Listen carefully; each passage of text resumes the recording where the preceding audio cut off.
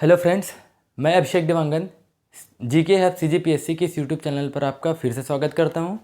कल की क्लास में हमने छत्तीसगढ़ की प्राकृतिक संरचना, प्राकृतिक विभाजन के अंतर्गत हमने पूर्वी बघेलखंड का पठार और जशपुर सामरी पाट प्रदेश, ये दो प्राकृतिक प्रदेशों को हमने कवर कर लिया था। आज तीसरा और चौथा हमको देखना है। तीसरा देखना है महानदी बेसिन या छत्तीसगढ़ का मैदान, और चौथा देखना है हमको दंडकारण्य पठार। ठीक है, तो चलिए शुरू करते हैं। तो तीसरा है, अगर आपने कल की वीडियो नहीं देखी है तो प्लेलिस्ट में जाकर आप कल की वीडियो देख सकते हैं। तीसरा है छत्तीसगढ़ का मैदान, या इसी को आप बोल सकते हैं महानदी बेसिन। क्योंकि ये बीच वाला क्षेत्र है छत्तीसगढ़ का, और एक किससे बना है? महानदी तथा उसकी अन्य सहायक नदियों के अवसादों के जमाव से बना है, इसलिए इसका नाम क्या पड़ा है? महानदी बेसिन। बेसिन का अर्थ मैंने आपको कल भी बता दिया था। ठीक है, देखिए महानदी बेसिन, इसी को क्या कहा जाता है? मैं बताया था परसों की क्लास में। इसी महानदी बेसिन को ही कहा जाता है छत्तीसगढ़ का हृदय स्थल। छत्तीसगढ़ का हृदय स्थल, छत्तीसगढ़ का हार्ट किसको बोला जाएगा? छत्तीसगढ़ के मैदान वाले बीच वाले क्षेत्र को कहा जाएगा। और इसका आकार कैसा मिलेगा आपको? इसका आकार है पंखे के समान। पंखे के समान क्या है? इसका आकार है। ठीक है, यह छत्तीसगढ़ के सर्वाधिक क्षेत्रों में पाया जाने वाला क्या है? बेसिन बोल सकते हैं, या प्राकृतिक संरचना के आधार पर छत्तीसगढ़ में के सर्वाधिक क्षेत्रों में मिलेगा आपको लगभग 50.34% हिस्से में। इसको दो भागों में बांटा गया है। महानदी बेसिन को दो भागों में बांटा गया है। पहला है मैदानी क्षेत्र। पहला क्या है? मैदानी क्षेत्र। ठीक है, या इसी को आप बोल सकते हो छत्तीसगढ़ का मैदान, या इसी को क्या बोल सकते हैं आप? मैदानी क्षेत्र। और दूसरा होगा जिसको आप बोल सकते हो पहाड़ी क्षेत्र, जो इसका नाम क्या देख सकते हैं?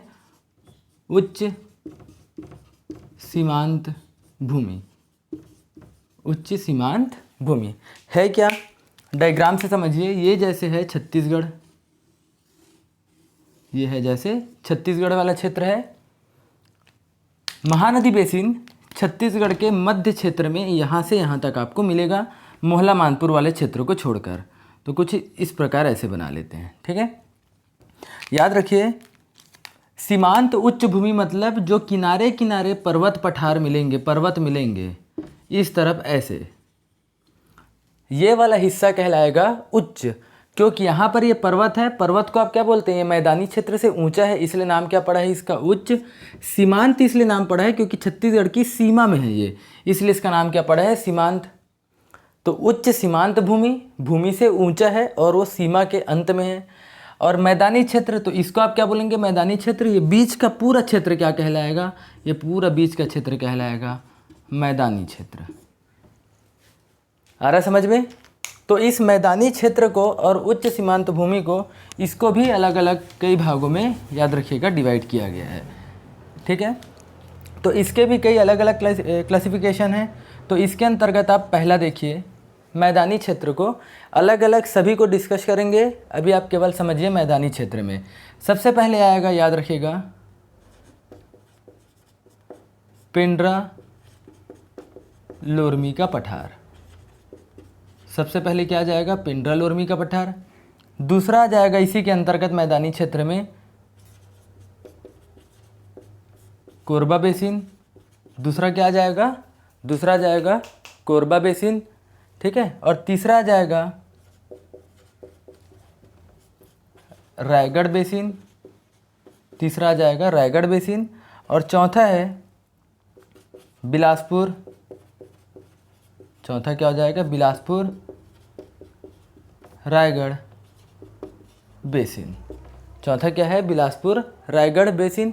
पेंड्रा लोरमी का पठार, Korba basin, Raigarh basin, Bilaspur Raigarh basin, और 5 ABCDE है। पांचवा है, याद रखिएगा, दुर्ग राजनांदगांव।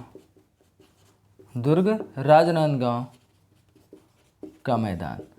ठीक है, तो क्या हो गया, पहला पेंड्रा लोरमी का पठार, दूसरा कोरबा बेसिन, तीसरा है रायगढ़ बेसिन, चौथा है बिलासपुर रायगढ़ का मैदान, और पांचवा है, याद रखिएगा, दुर्ग राजनांदगांव का मैदान। तो छत्तीसगढ़ के मैदान को के मैदानी क्षेत्र को कितने भागों में, 5 भागों में बांटा गया है। आ रहा है समझ में।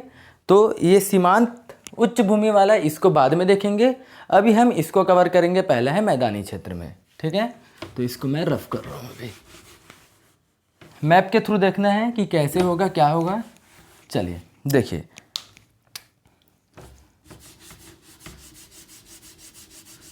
ये वाला स्थान है आपका कुछ इस प्रकार, मान लो ये है छत्तीसगढ़ का मैदान वाला क्षेत्र। ठीक है, ये हमको इसी से मतलब है, इसी वाले क्षेत्र से मतलब है।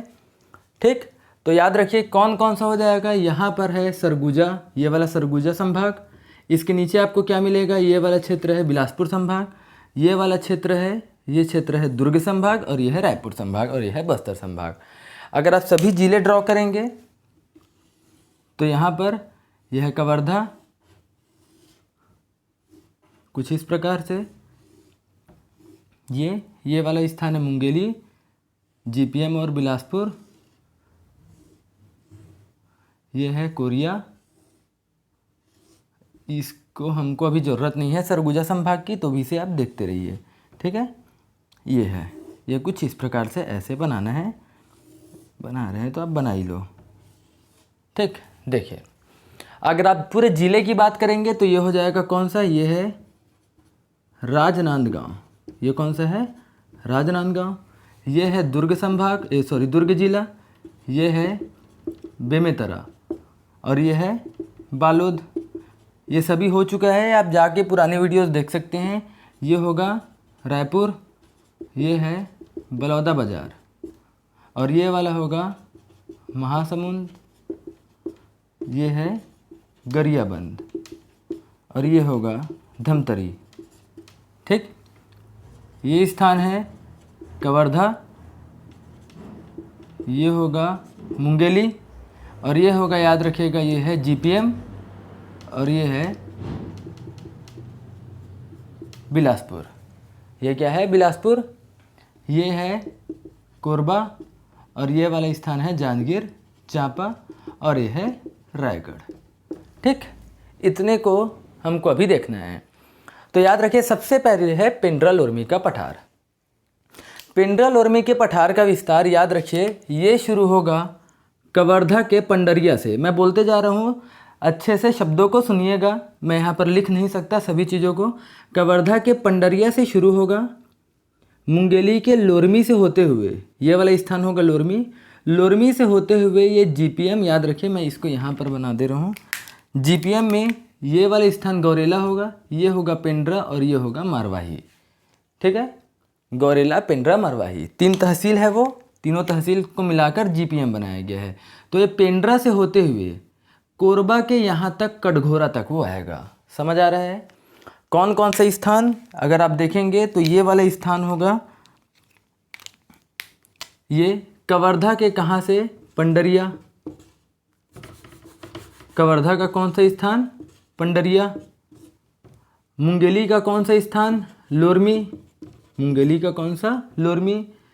अगर आप देखेंगे जीपीएम का, तो जीपीएम का कौन सा स्थान, ये है पेंड्रा, जीपीएम का पेंड्रा। और याद रखिएगा ये वाला कोरबा का है कटघोरा। तो यहाँ तक याद रखिए कितने जिले में विस्तार है, अगर पूछा जाए पेंड्रा लोरमी का पठार का, तो इसका विस्तार याद रखिएगा 4 जिले में इसका विस्तार है।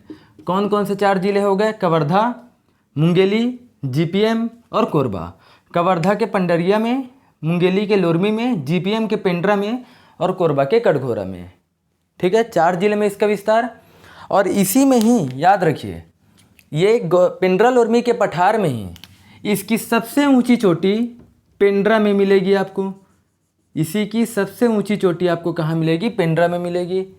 ठीक, और इस चोटी का नाम है, यहाँ लिख रहा हूँ मैं, और इस चोटी का नाम है, याद रखिए, पलमा चोटी। याद रखिएगा नाम क्या है, पलमा चोटी। और इसकी ऊंचाई है 1080 मीटर। कितना है, 1080 मीटर।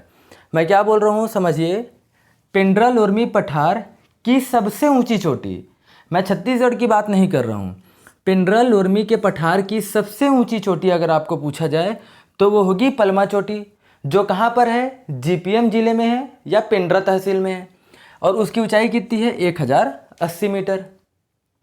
और इसी पिंडरल उर्मी पठार की दूसरी सबसे ऊंची चोटी आपको मिलेगी, वो मिलेगी, याद रखना, कटघोरा के आसपास ये वाला क्षेत्र है कोरबा में, दूसरी सबसे ऊंची चोटी, और इस चोटी का नाम है लाफागढ़, लाफागढ़ चोटी। और ये कहाँ है, ये है, याद रखिएगा, कोरबा में, और इसकी ऊंचाई है 1048 मीटर। इसकी ऊंचाई कितनी है, 1048 मीटर। तो याद रखिए, पिंडरल उर्मी पठार की सबसे ऊंची चोटी पलमा चोटी कहाँ है, पिंडरा में, ऊंचाई 1080 मीटर। दूसरी ऊंची चोटी है लाफागढ़, याद रखिए कहाँ पर है, ये है आपका कोरबा में, दूसरी सबसे ऊंची चोटी, इसकी ऊंचाई है 1048 मीटर। ये दोनों समझ आया। और याद रखिए कितने ज़िले में इसका विस्तार है, इसका विस्तार है 4 जिलों में, ठीक, कवर्धा, मुंगेली, जीपीएम और कोरबा। सेकंड देखते हैं कोरबा बेसिन। कोरबा बेसिन का अगर आप विस्तार देखेंगे तो हसदेव नदी के अवसादों के जमाव से एक बेसिन बना है, एक मैदान बना है जिसका नाम क्या है, कोरबा बेसिन। तो कोरबा बेसिन का विस्तार केवल आप समझ लीजिए, कोरबा बेसिन का विस्तार कहाँ होगा, केवल कोरबा में होगा इसका विस्तार, ठीक है, केवल कोरबा में क्या होगा, इसका विस्तार होगा। समझ आ रहा है, इसका विस्तार कहाँ होगा, केवल और केवल, याद रखिए, कोरबा में ही इसका विस्तार रहेगा। तो यहाँ पर अगर आप मान सकते हैं ये वाला क्षेत्र होगा, ये वाला पूरा का पूरा कोरबा वाला क्षेत्र क्या आ जाएगा आपका, कोरबा बेसिन, ठीक। तीसरा है रायगढ़ बेसिन। रायगढ़ बेसिन का विस्तार याद रखिए, रायगढ़ में ये वाला क्षेत्र है, रायगढ़ बेसिन का विस्तार है, याद रखिएगा, रायगढ़ में मिलेगा। और रायगढ़ के अलावा कुछ हिस्से के यहाँ पर कोरबा के कुछ हिस्से में भी ये मिलेगा। तो कहाँ कहाँ है ये, याद रखिए, रायगढ़ बेसिन रायगढ़ के अलावा मोस्टली कहाँ पर मिलेगा, रायगढ़ में, उसके अलावा कुछ हिस्सा इसका मिलेगा कोरबा में, ठीक। कोरबा का आप बोल सकते हो दक्षिण पूर्वी क्षेत्र, कोरबा का दक्षिण और पूर्वी क्षेत्र में है मिलेगा आपको, क्या मिलेगा, रायगढ़ बेसिन, ठीक है। लोकेशन समझ आ रहा है। चौथा देखिए, बिलासपुर रायगढ़ बेसिन। चौथा क्या है, बिलासपुर रायगढ़ बेसिन। ये भी बेसिन है, मतलब ये भी क्या है, मैदानी क्षेत्र है। और याद रखिएगा ये मैदानी क्षेत्र है तो ये इंपॉर्टेंट है, ये भी बिलासपुर रायगढ़ बेसिन। तो इसका विस्तार देखिए, बिलासपुर और यहाँ पर है रायगढ़, और बीच में कौन सा जिला मिल रहा है आपको, जांजगीर चांपा। तो स्वाभाविक सी बात है, इसका विस्तार बिलासपुर के अलावा जांजगीर चांपा में भी है, और इस दोनों के बीच में, बिलासपुर के अलावा रायगढ़ में है, और इन दोनों के बीच में जांजगीर चांपा है।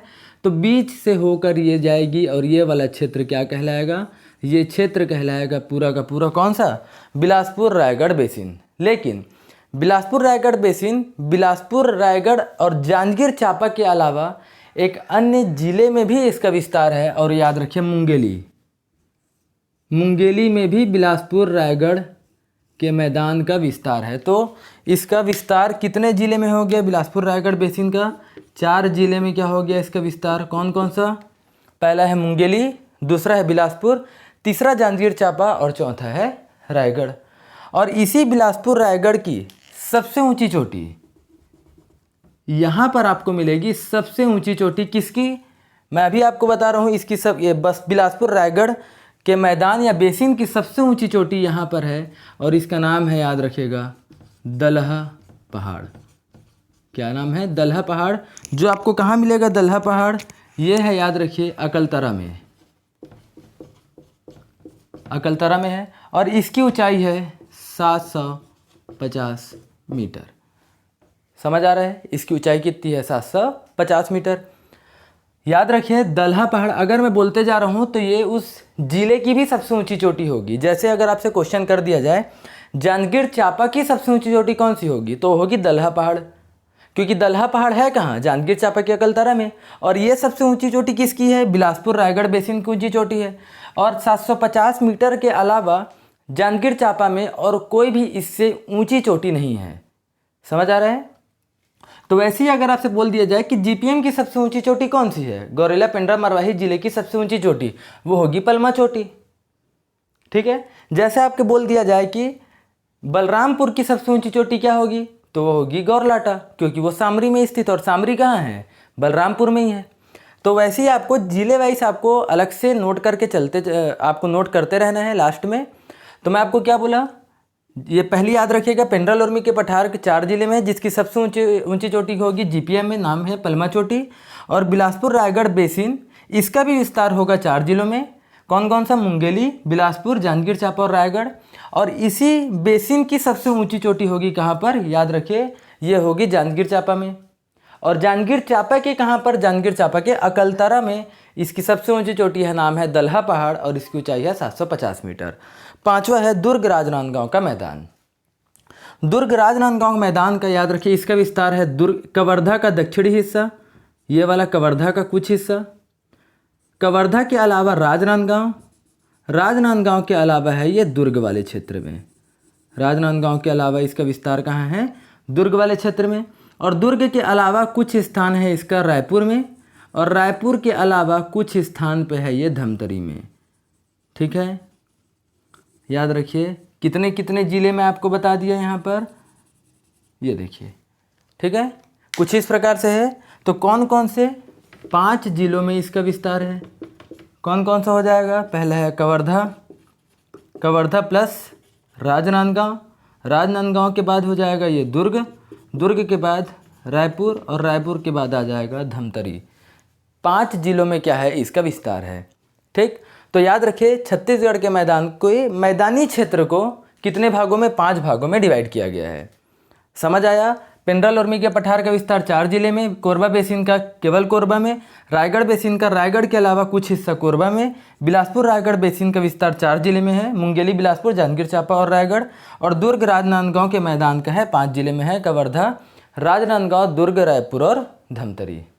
ठीक है, ये हुआ छत्तीसगढ़ का मैदानी क्षेत्र वाला। अभी तक आप सीमांत वाला नहीं पढ़े, सीमांत पढ़ेंगे तो यहाँ पर आपको पढ़ना पड़ेगा पूरे के पूरे सीमा के अंत में जो जो उच्च भूमि है वो।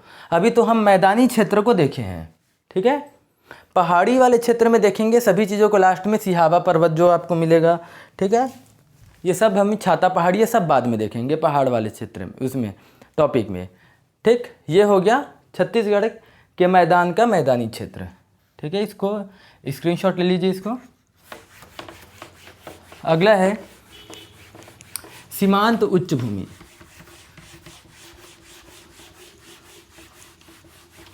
अगला टॉपिक है सीमांत उच्च भूमि।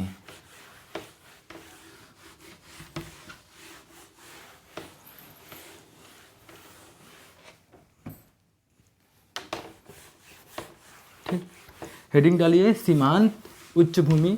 और सीमांत उच्च भूमि को 4 भागों में बांटा गया है। कितने भागों में, 4 भागों में। किसको, इसका दूसरा हिस्सा है महानदी बेसिन का, क्या है, सीमांत उच्च भूमि। इसको कितने भागों में बांटा गया है, 4। तो पहला कौन सा है, पहला है पश्चिमी सीमांत उच्च भूमि। मतलब महानदी के बेसिन के पश्चिमी हिस्से में जो पर्वत है उसको क्या बोलेंगे, पश्चिमी सीमांत उच्च भूमि। दूसरा है पूर्वी सीमांत उच्च भूमि। तीसरा है छुरी मतरिंगा की पहाड़ी, छुरी मतरिंगा की पहाड़ी। और चौथा है, याद रखें, दुर्ग सीमांत उच्च भूमि। अगला क्या है, दुर्ग सीमांत उच्च भूमि। ठीक है, याद रखिए, चारों को याद रखना है। अब मैप के थ्रू इसको समझते हैं कि ये कहाँ पर होगा इसका विस्तार।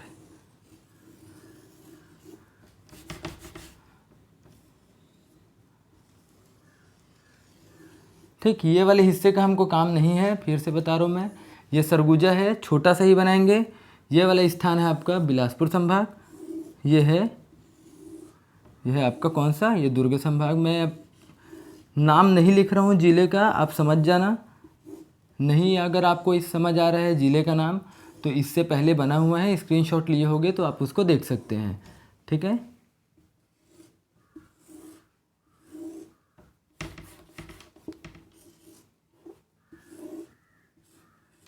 इसका भी कोई मतलब नहीं है। अभी हम छत्तीसगढ़ का मैदान पढ़ रहे हैं, तो बस्तर का पठार और सरगुजा वाले ज़िले का कोई भी मतलब नहीं है। हमको केवल और केवल ये 3 संभाग से मतलब है, ठीक है। तो पहला देखते हैं पश्चिमी सीमांत उच्च भूमि।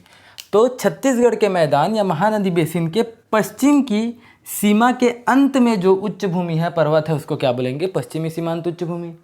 और यहाँ पर मतलब यहाँ पर याद रखिए, ये जो पश्चिमी सीमांत उच्च भूमि है वो राजनांदगांव से शुरू होकर कवर्धा से शुरू होकर मुंगेली, लोरमी वाला क्षेत्र और यहाँ से शुरू होकर ये आता है GPM, ठीक है। कौन कौन सा? देखिए, ये हिस्सा हुआ कहाँ? राजनांदगांव के बाद कवर्धा के बाद मुंगेली के बाद GPM। और चूंकि ये पश्चिम में स्थित है इसलिए इसका नाम क्या है? पश्चिमी सीमांत उच्च भूमि। और इसी पश्चिमी सीमांत उच्च भूमि को मैकल श्रेणी के नाम से भी जाना जाता है। इसका नाम क्या है? मैकल श्रेणी, ठीक। तो इसका नाम क्या मिलेगा आपको? पश्चिमी सीमांत उच्च भूमि, या इसका नाम क्या है? मैकल श्रेणी। और इसका विस्तार कितने जिलों में है अगर बोला जाए तो 4 जिलों में है। कौन कौन से हो गए? राजनांदगांव, मतलब मैकल श्रेणी का विस्तार राजनांदगांव, कवर्धा, मुंगेली और GPM। कितने जिले में इसका विस्तार है? याद रखिए 4 जिलों में। और इसकी सबसे ऊंची चोटी आपको यहाँ पर मिलेगी, कहाँ? कवर्धा में, ठीक है, सबसे ऊंची चोटी।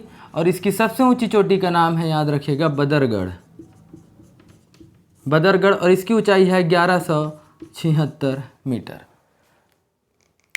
तो याद रखिए, बदरगढ़ मैकल श्रेणी की सबसे ऊंची चोटी तो है ही, इसके साथ साथ ये महानदी बेसिन या छत्तीसगढ़ के मैदान की भी क्या है? सबसे ऊंची चोटी है। जैसे पूर्वी बघेलखंड के पठार की सबसे ऊंची चोटी देवगढ़ की पहाड़ी थी 1033 मीटर। जशपुर सामरी पाट प्रदेश की सबसे ऊंची चोटी थी गौरलाटा 1225 मीटर। वैसे ही छत्तीसगढ़ के मैदान या महानदी बेसिन की सबसे ऊंची चोटी क्या होगी? बदरगढ़, ऊंचाई है 1176 मीटर। आ रहा समझ में? ऊंचाई है 1176 मीटर।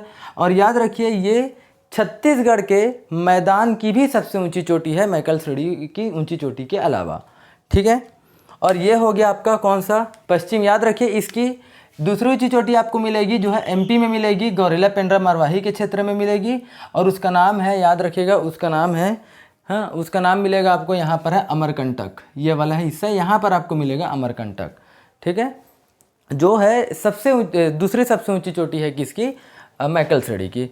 अमरकंटक है जो कि वो मध्य प्रदेश में, इसलिए उस हिस्से को हम कवर नहीं करेंगे। तो छत्तीसगढ़ के मैदान की सबसे ऊंची चोटी क्या है? बदरगढ़। दूसरा देखते हैं पूर्वी सीमांत उच्च भूमि। और ये पूर्वी सीमांत उच्च भूमि याद रखिएगा, इसका विस्तार है धमतरी से है गरियाबंद से है ये कहाँ पर? ये वाला क्षेत्र है महासमुंद, और महासमुंद से लेकर ये है आपका रायगढ़।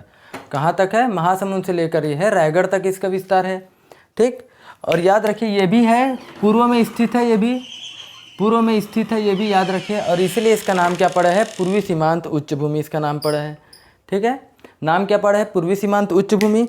और ये पूर्वी सीमांत उच्च भूमि को ही याद रखिए धमतरी या यहाँ पर है इसलिए इसको धमतरी महासमुंद उच्च भूमि के नाम से भी क्या करते हैं? जाना जाता है। समझ आया? इसको धमतरी महासमुंद उच्च भूमि के नाम से भी जानते हैं। किसको? पूर्वी सीमांत उच्च भूमि को।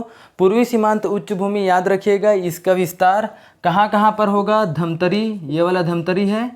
धमतरी से कहाँ गए आप? गरियाबंद से कहाँ गए? महासमुंद। और महासमुंद से आप कहाँ गए हो? रायगढ़। तो 4 जिलों में याद रखिएगा इसका विस्तार है। आ रहा समझ में? कितने जिलों में इसका विस्तार है? 4 जिले में इसका विस्तार है। और याद रखिए, इसकी सबसे ऊंची चोटी है वो है, याद रखिएगा, ये वाला क्षेत्र है महासमुंद में। और इसकी सबसे ऊंची चोटी, और इसका नाम है, याद रखिएगा, शिशुपाल। नाम क्या है? शिशुपाल। और शिशुपाल की एक अन्य नाम है जिसका नाम है धारी डोंगर। नाम क्या है? धारी डोंगर, याद रखिए। और इसकी ऊंचाई आपको मिलेगी 899 मीटर। समझ आ रहा है? तो धमतरी महासमुंद उच्च भूमि भी बोल सकते हैं, या आप बोल सकते हैं ये आप बोल सकते हैं पूर्वी सीमांत उच्च भूमि बोल सकते हैं, और पूर्वी सीमांत उच्च भूमि या धमतरी महासमुंद उच्च भूमि, ये दोनों की आप एक ही है दोनों। इसकी सबसे ऊंची चोटी आप बोल सकते हैं कि इसको सबसे ऊंची चोटी है धारी डोंगर, जिसका नाम है शिशुपाल, ठीक है, और इसकी ऊंचाई है 899 मीटर, ठीक। तीसरा देखते हैं छुरी मतरिंगा की पहाड़ी। तीसरा है छुरी मतरिंगा की पहाड़ी, ठीक। छुरी मतरिंगा की पहाड़ी का विस्तार देखेंगे तो ये है, याद रखिए ये वाला स्थान है सरगुजा, सरगुजा ये वाला है कोरबा और ये है रायगढ़। तो छुरी मतरिंगा की पहाड़ी का विस्तार केवल और केवल आपको देखा जाए तो 3 जिलों में लेना है। याद रखिए कोई भी अन्य जिला आपको नहीं लेना है, क्यों? क्योंकि पीएससी ने आंसर ले लिया है छुरी मतरिंगा की पहाड़ी, इसका विस्तार है, इसका नाम क्या है? छुरी मतरिंगा पहाड़ी, छुरी मतरिंगा की पहाड़ी। और इसका विस्तार याद रखिएगा ये है सरगुजा में है, सरगुजा के अलावा है ये है कोरबा, ये स्थान क्या है? ये कोरबा है, और ये क्या है? सरगुजा है, और ये है रायगढ़। और ये वाला स्थान क्या है? महासमुंद है, और ये क्या है? ये है गरियाबंद, और ये वाला स्थान है धमतरी, ठीक। ये है राजनांदगांव, ये वाला है कवर्धा, ये है मुंगेली, और ये है जीपीएम। समझ आ रहा है? तो ये समझ लीजिए कि छुरी मतरिंगा की पहाड़ी, याद रखिए इसका विस्तार अगर आपको देखा जाए तो छुरी मतरिंगा की पहाड़ी का विस्तार कहाँ पर है? कोरबा में है, सरगुजा में है, और याद रखिएगा रायगढ़ में है। केवल और केवल पीएससी के आंसर के अकॉर्डिंग बता रहा हूँ, छुरी मतरिंगा की पहाड़ी का विस्तार केवल और केवल कितने जिले में है? 3 जिले में है। पूर्वी सीमांत उच्च भूमि का विस्तार 4 जिले में है।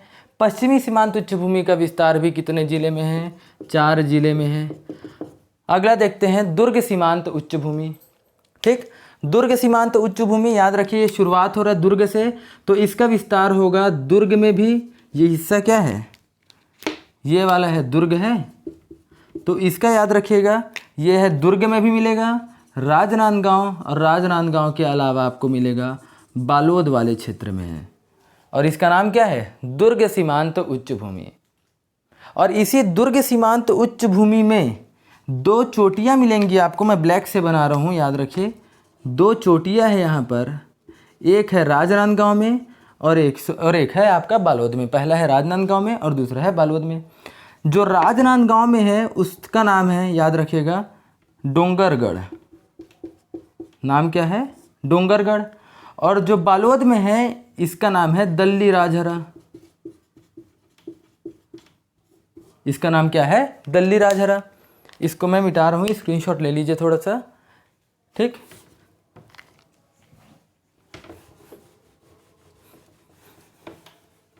ठीक है, पहले का नाम क्या है? पहले का नाम है डोंगरगढ़ और दूसरे का नाम क्या है? दल्ली राजहरा, ठीक। और इसी डोंगरगढ़ की ऊंचाई है 704 मीटर। डोंगरगढ़ की ऊंचाई कितनी है? 704 मीटर। और दल्ली राजहरा की ऊंचाई याद रखिएगा ये है 700 मीटर, ठीक है। तो डोंगरगढ़ राजनांदगांव की भी सबसे ऊंची चोटी होगी, क्योंकि ये कहाँ पर है? डोंगरगढ़ राजनांदगांव में है। और किसका हिस्सा है? याद रखिएगा यह है दुर्ग सीमांत उच्च भूमि का। तो दुर्ग सीमांत उच्च भूमि का हिस्सा भले ही है डोंगरगढ़, लेकिन है कहाँ? राजनांदगांव में। तो राजनांदगांव की भी सबसे ऊंची चोटी कौन सी हो जाएगी? डोंगरगढ़। और दल्ली राजहरा ये बालोद की सबसे ऊंची चोटी हो जाएगी, जिसकी ऊंचाई है 700 मीटर और है कहाँ पर? ये बालोद में।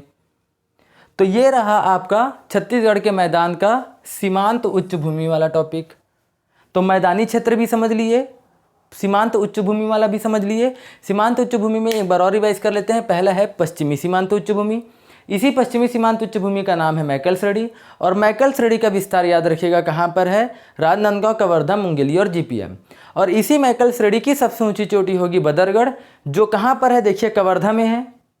और चूंकि ये मैकल श्रेणी की सबसे ऊंची चोटी है और ये पूरे के पूरे छत्तीसगढ़ के मैदान वाले क्षेत्र में इससे बड़ा और इससे ऊंचा कोई भी और चोटी नहीं है, इसी वजह से महानदी बेसिन या छत्तीसगढ़ के मैदान की भी सबसे ऊंची चोटी कौन सी है? बदरगढ़। दूसरा देखते हैं पूर्वी सीमांत उच्च भूमि। इसका अन्य नाम है, याद रखिएगा, इसी का अन्य नाम है धमतरी महासमुंद उच्च भूमि। कहाँ से शुरू हो रहा है? धमतरी से गरियाबंद, गरियाबंद से महासमुंद और महासमुंद से रायगढ़। और इसी धमतरी महासमुंद उच्च भूमि का अन्य नाम क्या है, याद रखिएगा, अभी आपको बताया था पूर्वी सीमांत उच्च भूमि। और इसकी सबसे ऊंची चोटी है शिशुपाल जो है महासमुंद में, और इसी का अन्य नाम है धारी डोंगर, और ये है 899 मीटर। तीसरा है छुरी मतरिंगा की पहाड़ी, और छुरी मतरिंगा की पहाड़ी याद रखिएगा, इसका विस्तार है सरगुजा, कोरबा और रायगढ़ में। चौथा है, याद रखिए, दुर्ग सीमांत उच्च भूमि, और दुर्ग सीमांत उच्च भूमि का विस्तार है दुर्ग में, राजनांदगांव में और आपका बालोद में। और इसी दुर्ग सीमांत उच्च भूमि में एक ऊंची चोटी है, याद रखिएगा, जो है दल्ली राजहरा में, जिसकी ऊंचाई है 700 मीटर, और दूसरी है, याद रखिएगा, कहाँ पर है, डोंगरगढ़ में, जिसकी ऊंचाई है 704 मीटर। ठीक, तो राजनांदगांव की सबसे ऊंची चोटी डोंगरगढ़, और बालोद की सबसे ऊंची चोटी हो जाएगी दल्ली राजहरा। ठीक, अगर आप औसतन लिखना चाहते हैं, याद रखें, औसत ऊंचाई कितनी है, अगर आप लिखना चाहते हैं कि इसकी औसत ऊंचाई कितनी है सभी की, तो वो फैक्ट बेस है, आपको याद रखना पड़ेगा। जैसे आप पेंड्रा लोरमी के पठार की पेंड्रा लोरमी के पठार की सब औसत ऊंचाई अगर आप देखेंगे तो लगभग 800 मीटर के आसपास होगा। याद रखिए, इसको तो मैं मिटा चुका हूँ, अगर आपको लिखना हो तो लिख लीजिए। पेंड्रा लोरमी के पठार की औसतन ऊंचाई होगी 800 मीटर के आसपास, और कोरबा बेसिन की औसतन ऊंचाई होगी लगभग 250 से 300 मीटर। अगर आप लिखना नहीं चाहते, इसको औसतन ऊंचाई को देखना चाहते हैं, याद रखिए, अगर आप PDF के रूप में लेना चाहते हैं तो टेलीग्राम चैनल को आप ज्वाइन कर सकते हैं। टेलीग्राम चैनल का नाम है GK हब CGPSC। अगर आप इस चैनल में जाएंगे तो आपको पूरा उसका PDF मिल जाएगा। ठीक है, तो भी से याद रखिए, जैसे पश्चिमी सीमांत उच्च भूमि है, पश्चिमी सीमांत उच्च भूमि जो आप मैकल श्रेणी बोल रहे हैं, इसकी औसतन ऊंचाई हो जाएगी 700 से 900 मीटर। इसकी औसतन ऊंचाई कितनी हो जाएगी, 700 से 900 मीटर। और पूर्वी सीमांत उच्च भूमि, इसकी औसतन ऊंचाई लगभग हो जाएगी 400 से 900 मीटर। इसकी ऊंचाई कितनी हो जाएगी, औसतन ऊंचाई 400 से 900 मीटर। छुरी मतरिंगा, इसकी याद रखिएगा, औसतन ऊंचाई हो जाएगी 600 से 900 मीटर। इसकी ऊंचाई हो जाएगी 600 से 900 मीटर। और दुर्ग सीमांत उच्च भूमि, इसकी औसतन ऊंचाई हो जाएगी 500 से 800 मीटर। ठीक है, और सभी चीज़ों को, औसतन ऊंचाई को, पुराने वाले को जानने के लिए आप हमारे टेलीग्राम चैनल को ज्वाइन कर सकते हैं। ये रहा छत्तीसगढ़ का मैदान या महानदी बेसिन। ठीक, पूर्वी सीमांत उच्च भूमि की सबसे ऊंची चोटी देवगढ़ 1033 मीटर, जशपुर सामरीपाट प्रदेश की सबसे ऊंची चोटी गौरलाटा 1225 मीटर, छत्तीसगढ़ का मैदान या महानदी बेसिन की सबसे ऊंची चोटी बदरगढ़, ऊंचाई 1176 मीटर। ठीक है, चलिए अगला है दंडकारण्य का पठार या बस्तर का पठार। याद रखिए, दंडकारण्य के पठार को बस्तर का पठार भी कहा जाता है। और इसका विस्तार अगर आप देखेंगे, दंडकारण्य के पठार का भारत के परिप्रेक्ष्य में इसका विस्तार देखेंगे तो छत्तीसगढ़ के अलावा उड़ीसा और आंध्र प्रदेश में भी इसका विस्तार है, या फिर आंध्र प्रदेश तक ये फैला हुआ है। ठीक, दंडकारण्य याद रखिए, इसका विस्तार 3 राज्यों में है।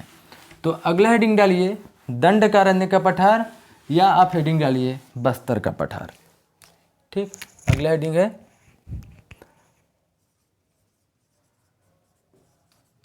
दंडकारण्य का पठार, या इसी को अन्य नाम क्या है, बस्तर का पठार। ठीक, या कई बुक में आपको बस्तर का पठार नहीं मिलेगा, आप इसको हटा दो, बस्तर का पठार वाला, केवल याद रखिए दंडकारण्य का पठार। ठीक, कल बता चुका हूँ दंडकारण्य के पठार में, दंडकारण्य के पठार छत्तीसगढ़ के कुल क्षेत्रफल का कितना प्रतिशत है, लगभग 28.91% भाग में है। इसकी सबसे ऊंची चोटी भी बता चुका हूँ, इसकी सबसे ऊंची चोटी कौन सी होगी, जो बैलाडीला में, दंतेवाड़ा के बैलाडीला के नंदीराज है इसकी सबसे ऊंची चोटी। ठीक है, याद रखिए, इसको दंडकारण्य के पठार को भी 4 भागों में बांटा गया है। पहला है कोटरी या परलकोट बेसिन, जो कौन सी नदी के अवसादों से बना होगा, वहाँ पर एक नदी है जिसका नाम है परलकोट या कोटरी नदी। दूसरा है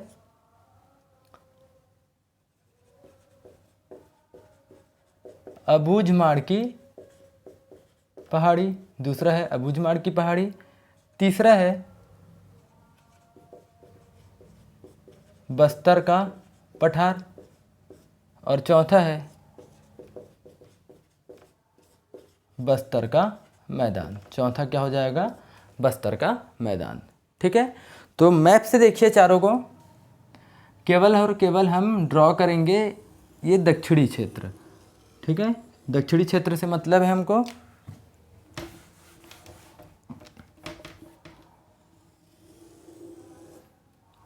ठीक, ये वाला स्थान क्या हो जाएगा आपका, यहाँ पर ये है आपका कौन सा, ये सुकमा। उसके बाद ऊपर में सर बनाओ, सर के बाद पूरा छत, छत के बाद आधा छत ये, और ये वाला स्थान है आपका, ये अभी जो बना है नया, ये मोहला मानपुर वाला क्षेत्र है, राजनांदगांव का मोहला मानपुर वाला। ये क्या बनेगा, ये है कांकेर, ये क्या है, ये है नारायणपुर, और ये क्या है, ये है कोंडागांव, ये है बस्तर, और ये है दंतेवाड़ा, ये हो जाएगा बीजापुर, और ये है सुकमा, ठीक है। छत्तीसगढ़ के बस्तर के कितने ज़िले हो गए, 7 ज़िले बस्तर संभाग के। मोहला मानपुर तो दुर्ग संभाग में आ रहा है। पहला देखते हैं, लास्ट से शुरू करते हैं, बस्तर का मैदान। तो बस्तर के मैदान का विस्तार है, याद रखिएगा, बीजापुर के भोपालपट्टनम से लेकर सुकमा के कोंटा तक, यहाँ तक इसका विस्तार है। यहाँ पर है भोपालपट्टनम, ये वाला क्षेत्र है, याद रखिएगा, ये कुछ पूरा का पूरा ये वाला क्षेत्र क्या कहलाएगा, ये है बस्तर का मैदान। किससे बना होगा, इंद्रावती के अवसादों से बना होगा। कहाँ कहाँ पर विस्तार है, देखिए बीजापुर का, कहाँ, भोपालपट्टनम, बीजापुर का भोपालपट्टनम प्लस सुकमा जिले का सुकमा क्षेत्र प्लस कोंटा। यहाँ पर याद रखिए एक शहर है, एक स्थान है जिसका नाम है कोंटा। छत्तीसगढ़ का सबसे दक्षिणी हिस्सा है कोंटा, ठीक है। तो बस्तर के मैदान का विस्तार कितने ज़िले में है, तो केवल और केवल 2 ज़िले में, बीजापुर का भोपालपट्टनम और ये वाला सुकमा वाला क्षेत्र। दूसरा देखते हैं बस्तर का पठार। तो बस्तर के पठार का विस्तार याद रखिएगा, इसका विस्तार है कांकेर, कांकेर के अलावा आपको मिलेगा कोंडागांव, कोंडागांव के अलावा मिलेगा बस्तर, और बस्तर के अलावा है ये दंतेवाड़ा, और दंतेवाड़ा के अलावा आपको मिलेगा ये कहाँ, बीजापुर। तो कितने हो गए, याद रखिए, ये कितने ज़िले हो गए, ये हो गए 5, ठीक है। कौन कौन सा, बस्तर के पठार का विस्तार कितने ज़िले में है, 5 ज़िले में है। कौन कौन से 5 ज़िले हो गए, ये हो गया ये कांकेर, कोंडागांव, बस्तर, दंतेवाड़ा और बीजापुर, ठीक, समझ आ रहा है। और इसी बस्तर के पठार में ही इसकी सबसे ऊंची चोटी मिलेगी आपको यहाँ पर दंतेवाड़ा में। इसी बस्तर के पठार में ही इसकी सबसे ऊंची चोटी है, कहाँ पर, दंतेवाड़ा में। बैलाडीला एक बैलाडीला है, बैलाडीला नामक स्थान पर मिलेगा, और इस सबसे ऊंची चोटी का नाम है नंदीराज। नाम क्या है, नंदीराज, और इसकी ऊंचाई है 1210 मीटर, ठीक। तो ये बस्तर के पठार की सबसे ऊंची चोटी के अलावा दंडकारण्य के पठार की भी क्या है, सबसे ऊंची चोटी है। दंडकारण्य पठार की सबसे ऊंची चोटी, ठीक है। जैसे आपको बताया था मैं, बदरगढ़ अभी पढ़े हैं, बदरगढ़ सबसे ऊंची चोटी होगी किसकी, मैकल की, लेकिन उसके अलावा वो महानदी या महानदी बेसिन छत्तीसगढ़ के मैदान की भी सबसे ऊंची चोटी होगी। सेम वैसी ही नंदीराज जो है वो बस्तर के पठार की ऊंची चोटी के अलावा दंडकारण्य के पठार की भी क्या होगी, सबसे ऊंची चोटी होगी। और यही याद रखिए छत्तीसगढ़ की दूसरी सबसे ऊंची चोटी होगी। इसके अलावा दंडकारण्य की सबसे ऊंची चोटी के अलावा छत्तीसगढ़ की सेकेंड हाईएस्ट पीक होगी, याद रखिएगा, हाईएस्ट पीक होगी। पहली कौन है, पहली है गौरलाटा 1225 मीटर, और दूसरी छत्तीसगढ़ की सबसे ऊंची चोटी हो जाएगी नंदीराज, जो कहाँ पर है, दंतेवाड़ा के बैलाडीला नामक स्थान पर, ठीक है। तीसरा देखते हैं अबूझमाड़ पहाड़ी। अबूझमाड़ पहाड़ी याद रखिएगा, ये है पूरा, ये वाला नारायणपुर है, पूरा का पूरा नारायणपुर वाला क्षेत्र। नारायणपुर के अलावा कांकेर का पूरा बस्तरी क्षेत्र, कांकेर का दक्षिणी क्षेत्र, और उसके अलावा बीजापुर का उत्तरी क्षेत्र। इन 3 हिस्सों में आपको क्या मिलेगा, अबूझमाड़ की पहाड़ी। क्या है, अबूझमाड़ पहाड़ी। समझ आ रहा है, अबूझमाड़ पहाड़ी। कितने जिले में इसका विस्तार है? जिला देखा जाए तो अबूझमाड़ की पहाड़ी का विस्तार है 3 जिले में। तो सर्वाधिक कहाँ है? सर्वाधिक है नारायणपुर में। क्वेश्चन आया कि अबूझमाड़ की पहाड़ी कहाँ है, तो याद रखिए आपको लगाना है नारायणपुर, क्योंकि सर्वाधिक हिस्सा है आपको मिलेगा नारायणपुर में। कहाँ पर? कांकेर के पखांजूर वाले क्षेत्र में, नारायणपुर वाले क्षेत्र में और बीजापुर वाले क्षेत्र में इसका विस्तार है। तो सर्वाधिक मात्रा में कौन से जिले में अगर बोला जाए तो सर्वाधिक मात्रा में होगा ये नारायणपुर में होगा अबूझमाड़ की पहाड़ी। चौथा है कोटरी बेसिन या परलकोट बेसिन। याद रखिए आप नदी वाले चैप्टर में पढ़ेंगे कि यहाँ से एक नदी बहकर आती है मोहला मानपुर वाले क्षेत्र से। ये नदी है और इस नदी को कहा जाता है, कौन सी नदी? इस नदी का नाम है कोटरी नदी या परलकोट नदी। और ये आकर किससे सीधा सीधा होते हुए कांकेर से नारायणपुर से होते हुए बीजापुर में आकर किससे मिल जाती है? इंद्रावती नदी से। लेकिन इससे पहले ये अपने अवसादों के जमाव से एक मैदान का निर्माण करी है और उस मैदान का नाम क्या है? कोटरी या परलकोट बेसिन। तो इसका विस्तार है, याद रखिएगा, ये पूरा का पूरा ये राजनांदगांव वाला क्षेत्र, मोहला मानपुर वाला क्षेत्र, उसके अलावा ये है नारायणपुर और कांकेर के अलावा कुछ हिस्से नारायणपुर में भी है, याद रखिए। तो इसका नाम क्या है? इसका नाम है कोटरी बेसिन या परलकोट बेसिन। तो इसका विस्तार कितने जिले में हो गया? इसका विस्तार हो गया कौन कौन सा? पहला मोहला मानपुर वाले क्षेत्र में, दूसरा हो गया है कांकेर और तीसरा हो गया नारायणपुर के उत्तरी क्षेत्र में। 3 जिले में इसका विस्तार है किसका? कोटरी बेसिन या परलकोट बेसिन का। ठीक, ये रहा, याद रखिए आपको, ये रहा आपका पूरा का पूरा जितने भी छत्तीसगढ़ के प्राकृतिक विभाजन है उसके चारों हिस्से हमने कवर कर लिया। पूर्वी बघेलखंड का पठार, जशपुर सामरी पाट प्रदेश, छत्तीसगढ़ का मैदान और दंडकारण्य के पठार वाला। ठीक है, जिसमें से एक बार फिर से बोल दे रहा हूँ, पूर्वी बघेलखंड के पठार की सबसे ऊंची चोटी देवगढ़, ऊंचाई 1033 मीटर। जशपुर सामरी पाट प्रदेश की सबसे ऊंची चोटी गौरलाटा, ऊंचाई 1225 मीटर। छत्तीसगढ़ के मैदान या महानदी बेसिन की सबसे ऊंची चोटी है कौन सी? बदरगढ़, ऊंचाई 1176 मीटर। और दंडकारण्य पठार की सबसे ऊंची चोटी है नंदीराज, ऊंचाई है 1210 मीटर। और ये सब कहाँ कहाँ है, कौन कौन से पठार के अंतर्गत आते हैं, ये सभी हो गया है। ठीक है, कल की क्लास में हम छत्तीसगढ़ के शैल समूहों को देखेंगे। आज की क्लास अगर आपको पसंद आई हो तो वीडियो को लाइक कीजिएगा, सब्सक्राइब कीजिए। Thank you.